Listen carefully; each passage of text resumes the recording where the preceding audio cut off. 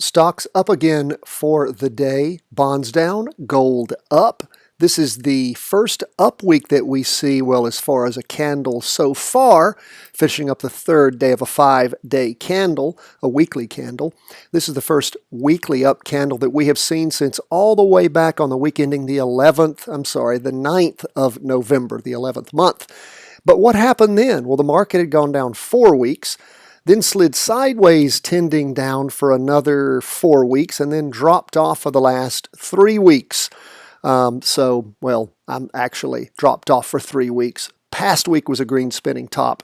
So far this week, a green up candle. Derivative oscillators losing downward momentum. Price percent oscillators heading up, but still a long way from crossing over, going up. Price movement still below the weekly trend line. We go from the weekly to the 2-day. What do we see there? Well, the last 2-day candle that finished forming on Monday was a green up candle, followed by the one that finished forming today. That is another decisively big green up candle. And of course, the main thing it did was cause a crossing over going up on the 2-day chart of the price percent oscillator. And of course, the derivative oscillator's been positive for the last 4 days. So what does that mean? Well, that means that, of course, we go ahead and signify a 2-day vertical crossover going up, which takes us out of any down move as far as jumping into one if that 4-hour chart rotates over. So we go from the 2-day to the 4-hour. You might say, why is that? Well, that's because the weekly's still in a confirmed down move, and now the 2-day's in a confirmed up move.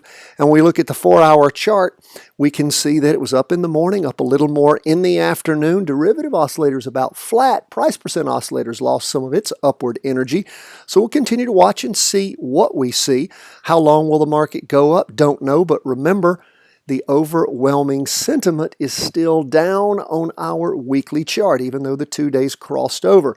So we'll see how much longer that goes. When it happened before, remember, it was about 4 weeks or so. So we'll see if this market is really turning around. Again, we don't forecast the future, we follow trends, and we have to have good, stable trends in order to follow them. That downtrend has weakened. Okay, what's going on the Nasdaq 100 is represented by QQQ. We see that the price percent oscillator is heading up, derivative oscillator losing downward momentum, still a distance to go before you have a weekly vertical crossover. First up week since, first strong up week forming since way back on the 31st of August, the week ending then. We see a little green spinning top back in early December, but this is the first real strong up move that we've seen in a while. Again, 3 days into the weekly candle, trying to push through that weekly trend line. We go from the weekly to the 2-day. And of course, with the close of this latest 2-day candle ending on Wednesday, it is pushing through that weekly trend line, and derivative oscillator gaining lots of momentum. Price percent oscillator, of course, has crossed over, and we will, of course, change that. We'll also change our arrow.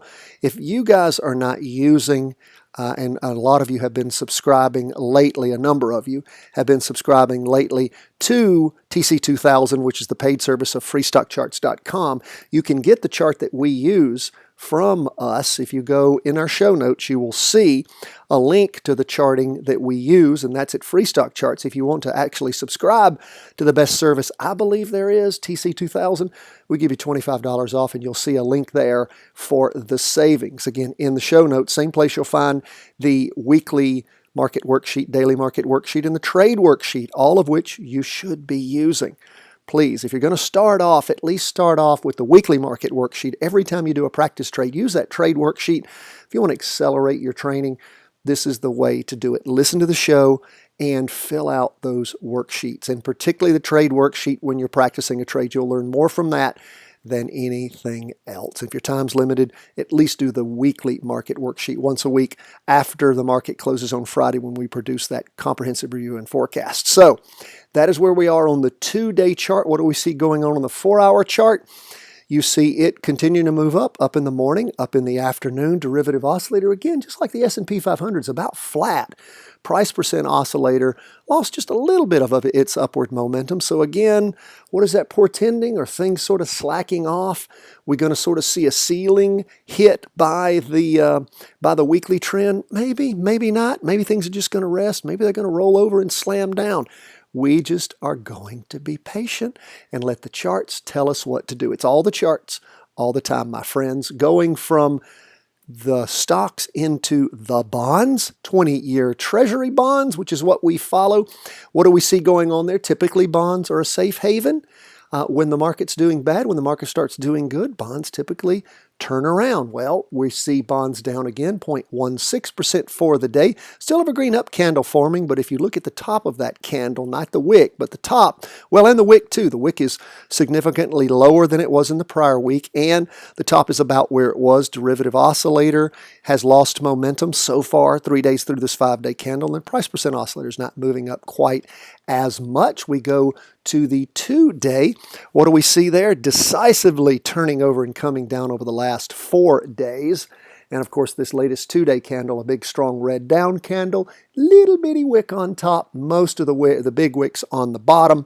And it looks like the derivative oscillator, well, of course, it's heading down decisively. The derivative oscillator's lost most of its momentum and looks like it's trying to go negative. Price percent oscillator, of course, is heading down quite decisively. We go from there to the 4-hour chart. What do we see?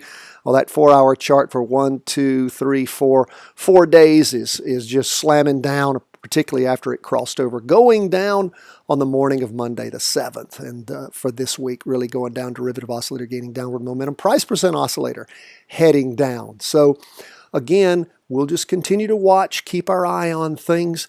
As soon as and if this occurs, the 2-day chart crosses over going down, then that would prevent us from jumping in to any turnaround on that 4-hour chart. But if that 4-hour chart does turn around and cross over going up anytime this week or next week before that 2-day chart changes its direction, we'll, of course, want to jump in and ride that pony. Okay, let's go from the 4-hour chart back to the weekly. And lastly, we look at gold. Gold up for the day, 0.64%.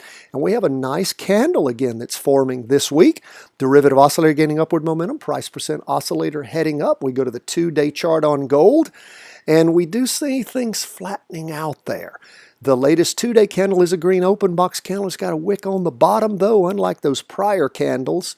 And we see a wick on top. But again, the wick and the candle not moving above that prior 2-day candle that ended on Thursday the 3rd. Derivative oscillators been losing momentum since then. And the price percent oscillators lost some of its angle up. So again, things are apparently weakening there, but let's look at the 4-hour chart. Now, the 4-hour chart has been sliding along sideways, sort of tending down, but in the afternoon climbed up nicely, trying to get somewhere up to where it had been on that latest peak, which was back on the afternoon of Thursday, the 3rd of January. So if we have a crossover going up and the 2 days still in a confirmed up move, as is the weekly, then, of course, be ready to jump into a practice trade on gold. That derivative oscillator is still negative. Price percent oscillator is still negative, but it does appear to be heading up. Let's see what happens there. My friends, that's where we are as we end the day. If you've not purchased our book, you'll see the links in the show notes on how to purchase it. We appreciate everyone who's been buying that book. The 8th editions are supposed to be in tomorrow. You guys bought so many, we ran out. But we like that, and we'll get those right out to you. And again, you have questions, problems, concerns, write us, cw@chartingwealth.com. And if you want to really help us, be a Patreon supporter. We've got all sorts of great things for you there. God bless, my friends. All the best. Everything's in the show notes. All the best from the whole team here at Charting Wealth World Headquarters.